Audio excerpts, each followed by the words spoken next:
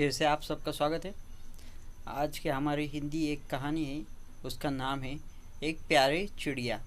तो हमारे इस कहानी को शुरुआत करते हम। एक जंगल में चिक्की नाम की एक बहुत प्यारी चिड़िया रहती थी और वह जंगल में सबकी लाड़की थी। चिक्की सारा दिन जंगल में सबको हंसाती रहती थी। एक दिन की बात है, सुबह सुबह उसकी माँ तैयार हो रही थी। अपनी माँ को सजता देख चिक्की अपनी माँ से बोली, हे क्या कहीं जा रही हो माँ? माँ बोली, आज तुम्हारी मौसी का जन्मदिन है, मैं वहीं जा रही हूँ, शाम तक लौट आऊँगी। चिक्की बोली, मैं भी आपके साथ जाना चाहती हूँ माँ।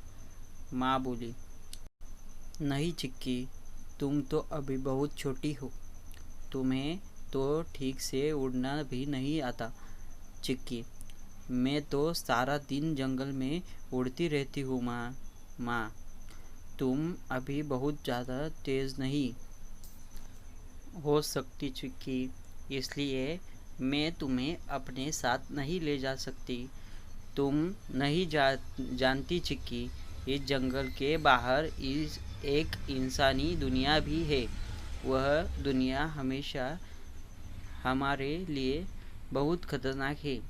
लेकिन चिक्की अपने माँ के साथ चलने के लिए जिद करती है। चिक्की के जिद के आगे उसकी माँ को हार माननी पड़ती है। इतनी देर में चिक्की सारे जंगल को ये बताई कि मैं आज अपनी मौसी के घर जा रही हूँ।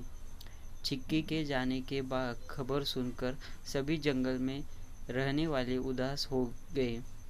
भालू दादा चिंतित होकर चिक्की को बोलते हैं, अपना ख्याल रखना चिक्की, क्योंकि तुम्हें अभी तो ठीक से उड़ना भी नहीं आता, और जल्दी से अपने घर वापस लौट आना। चिक्की, चिंता मत कीजिए भालू दादा, मैं भी आप सबके बगैर नहीं रह सकती। मैं जल्दी अपनी माँ के साथ अपने जंगल वापस लौट आऊँगी। चिक्की खुशी खुशी अपने माँ के साथ उड़ने लगी। उड़ते हुए अपने मौसी के घर आ रही थी। चिक्की ज़्यादा तेज़ नहीं उड़ पाती थी, इसके वजह से उसकी माँ को भी धीरे धीरे उड़ना पड़ रहा था। चिक्की और उसकी माँ ने जैसे ही जंगल की सरहद पार की, तभी एक तीर चिक्की की माँ के पैरों पर लगा। उसकी माँ के पैरों से खून बहने लगा और यह देखकर चिक्की पूरी तरह से घबरा गई। चिक्की बोली, आपके शरीर से तो खून बह रहा है, आपको तो बहुत दर्द हो रहा होगा माँ बोली, चिक्की तुम उड़ती रहो, मुझे तीर मारा गया है। ज़रूर यह तीर किसी शिकारी ने मारा होगा। चिक्की बोली, मैं कुछ समझी नहीं माँ, तुम अभी बहुत छोटी हो मेरी बच्ची, समझ जाओगी। हमारा जंगल बहुत अच्छा है, लेकिन हमारे जंगल की बाहर की दुनिया बहुत बुरी है। अपना ख्याल रखना चिक्की।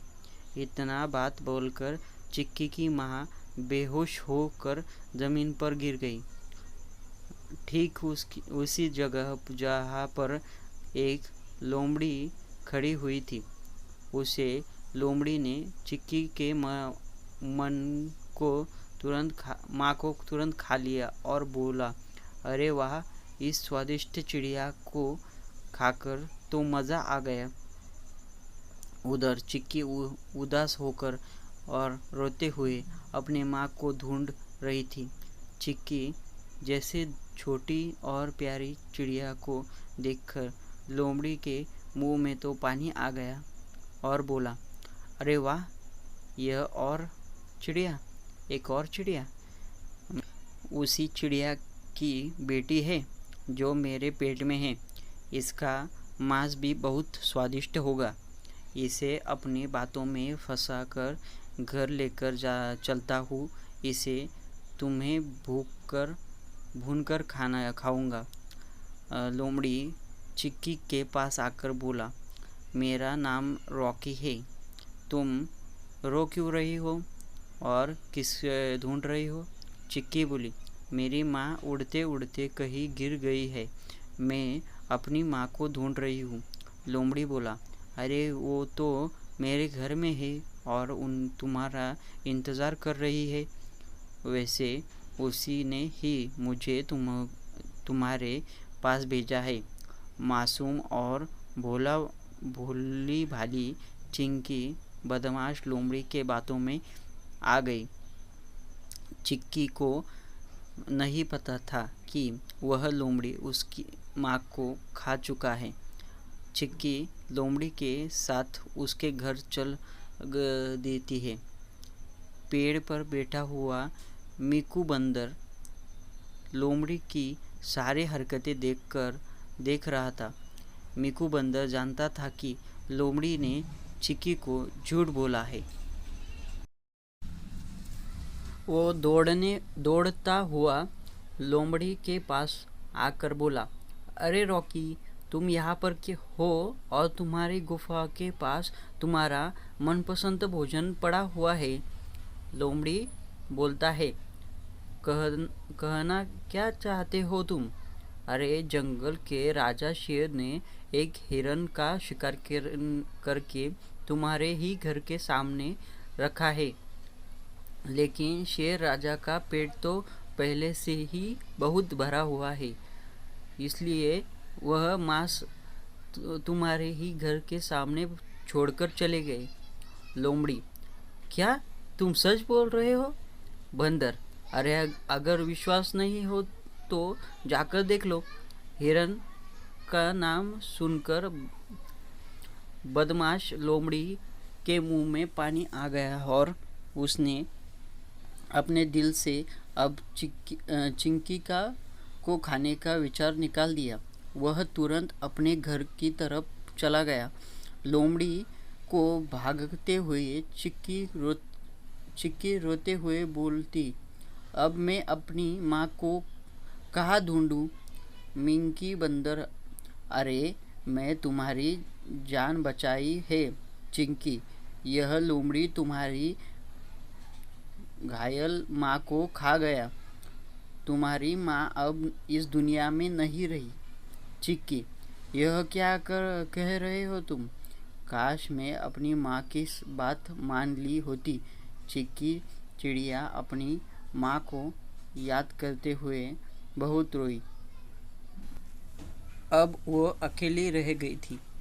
चिक्की को इस हालत में देखकर मिक्कू के आंखों में आंसू आ गए।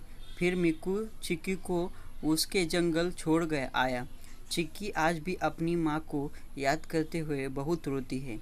इस कहानी से यह सीख मिलती है, बड़ों की बात मानना चाहिए, क्योंकि उनको कुछ ऐसे बातों का पता होता है जो उनके छोटों को पता नहीं होता। इसलिए बड़ों का आदर करें और बड़ों की बात सुनें। ये आपको यह कहानी अगर पसंद आई होगी तो सब्सक्राइब कीजिए, लाइक कीजिए और शेयर कीजिए। धन्यवाद।